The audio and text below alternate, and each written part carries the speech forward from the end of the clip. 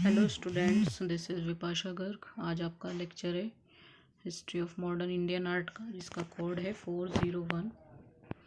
हम बात कर रहे थे नंदलाल बसु के बारे में। इसमें हमारा नेक्स्ट है अच्छे कला शिक्षक। तो आचार्य नंदलाल बसु की शिष्य परंपरा की आशातीत वृद्धि हुई। तो वह एक अचल और अच्छे कला शिक्षक थे, जो अपने और विद्यार्थियों के मध्य दूरी लगभग नहीं के बराबर रखते थे। यही कारण था कि वे एक लोकप्रिय शिक्षक रहे। देश की अनेक प्रतिभाएं आपके निर्देशन में कला शिक्षा प्राप्त करने आती रही। तो जो नंदलाल बसु हैं, उनकी शिष्य परंपरा वो आशातीत वृद्धि हुई। वह एक अचल और अच्छे कला शिक्षक थे, यानी वो एक अच्छे कला शिक्षक कहलाए थे, जो अपने और विद्यार्थियों के मध्य दूरी मतलब वो अपने और बच्चों के बीच लगभग नहीं के बराबर रखते थे। इसलिए यही कारण था कि वो लोकप्रिय शिक्षक रहे। देश की अनेक प्रतिभाएं आपके निर्देशन में कला शिक्षा प्राप्त करने आती रही। मतलब देश की जितनी भी अनेक प्रतिभाएं थी, वो उनके निर्देशन में कला शिक्षा प्राप्त करने आती रही।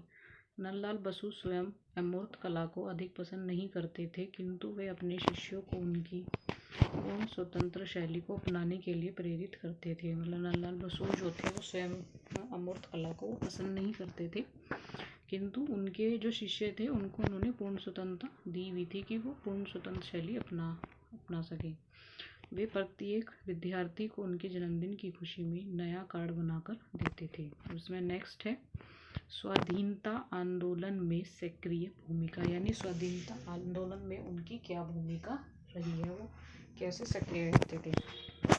नंदलाल बसु गांधी जी से अत्यधिक प्रभावित थे। नंदलाल बसु जो थे, वो गांधी जी से प्रभावित थे। उन्होंने तुलिका के साथ साथ आवश्यकता पड़ने पर तिरंगा भी हाथ में लिया। मतलब तुलिका के साथ साथ उन्होंने जब भी ज़रूरत पड़ी तो वो तिरंगा भी उन्होंने हाथ में लिया था। बसु बापू की तरह स्वयं भी चरखा काटते थे। मतलब बापू की तरह वो खुद भी चरखा काटते थे। उन्होंने असहयोग आंदोलन और उसके बाद 1930 ईस्वी में नमक आंदोलन में भाग लिया। इसी वर्ष का उनके द्वारा चित्रित चित्र दंडी कुछ उनके श्रेष्ठ चित्रों में गिना गया। तो नंदलाल बसु जी जो थे, वो अत्यधिक प्रभावित थे। इन्होंने तुलिका के साथ साथ आवश्यकता पड़ने पर तिरंगा भी हाथ में लिया था। मतलब जब उनको ज़रूरत पड़ती थी, वो तब लिया था, वैसे नहीं। बसु बापू की तरह स्वयं भी चरखा काटते थे। मतलब बापू की तरह जैसे गांधी जी चरखा काटते थे, उन्होंने स्वयं भी चरखा काटा। उन्होंने असहयोग आंदोलन और उसके बाद 1930 ईस्वी में नमक आंदोलन में भाग लिया। उन्होंने असहयोग आंदोलन और उसके बाद 1930 ईस्वी में नमक आंदोलन में भाग लिया।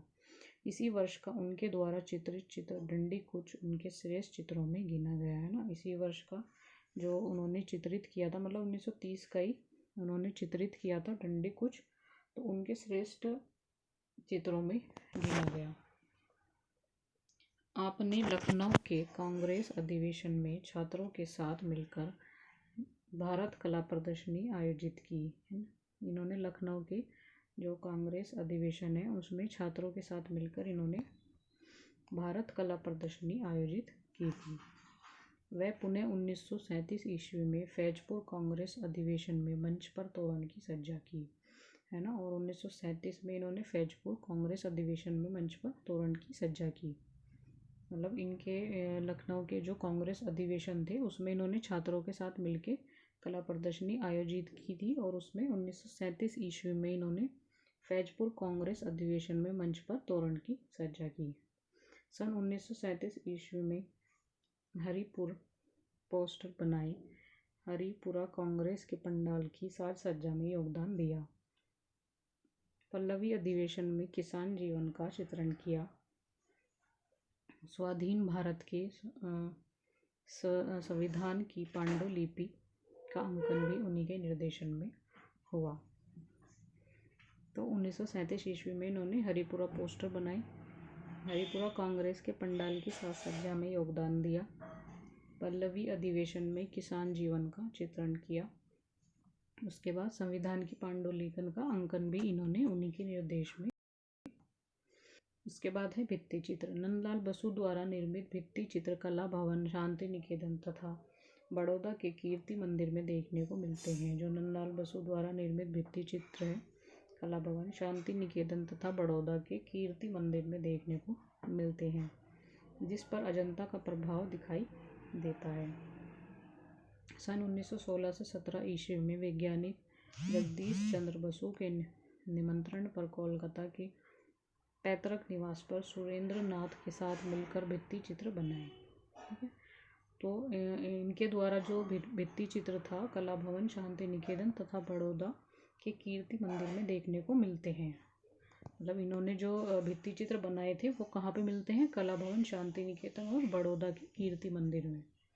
ठीक है, जिस पर अजंता का प्रभाव दिखाई देता है। उसके बाद 1916 से 17 में ईस्वी में वैज्ञानिक जगदीश चंद्र बसु के निमंत्रण पर कोलकाता के पैतृक निवास पर सुरेंद्र नाथ के साथ मिलकर भित्ति चित्र बनाए। सन 1921 में बाघ गुफाओं के चित्रों की अनुकृति की। 1921 में इन्होंने बाघ गुफाओं के चित्रों की अनुकृति की। शांति निकेतन में पुरातन पुस्तकालय भवन की दीवारों पर सुसज्जित किया। शांति निकेतन में फिर इन्होंने पुरातन पुस्तकालय भवन की दीवारों पर सुसज्जित किया। 1928 में शांति निकेतन में हल कृष्ण उत्सव की स्मृति में इतावली भित्ति चित्र शैली में एक विशाल भित्ति चित्र बनाया, जो श्रद्धा, उत्साह और भारतीय ग्रामीण संस्कृति का परिचायक है। 1928 में शांति निकेतन में हल कृष्ण उत्सव की स्मृति में इतावली भित्ति चित्र शैली में इन्होंने एक विशाल भित्ति चित्र बनाया था, जो कि उत्साह, श्रद्धा, भारतीय ग्रामीण संस्कृति का परिचायक है। नेक्स्ट है कला लेखन। बसु ने चित्र सर्जन के साथ साथ कला लेखन में भी सक्रिय योगदान दिया। इन्होंने चित्र सर्जन के साथ साथ कला लेखन में भी सक्रिय योगदान दिया। शिल्प कला, रूपावली एवं शिल्प कथा या चर्चा उनकी मुख्य रचनाएं हैं। शिल्प कला, रूपावली और शिल्प कथा या चर्चा इनकी मुख्य रचनाएं हैं। सन 1944 ईस्वी में शिल्प कथा ग्रंथ में आपने 10 कला लेखों का समायोजन किया है, जिसके अंतर्गत चित्रों के प्रकार, चित्र के मानदंड, रंग आदि से संबंधित उल्लेख है। तो बसु ने चित्र सर्जन के साथ साथ कला लेखन में भी सक्रिय योगदान दिया। शिल्प कला, रूपावली एवं शिल्प कथा या चर्चा उनकी मुख्य रचनाएं हैं। सन 1944 ईस्वी में शिल्प कथा ग्रंथ में आपने 10 कला लेखों का समायोजन किया, जिसके अंतर्गत चित्रों के प्रकार, चित्र के मानदंड, रंग आदि से संबंधित उल्लेख है। साथ ही 3 प्रकार के चित्र, अनुकारक, व्यंजक और छंदस का उल्लेख किया है।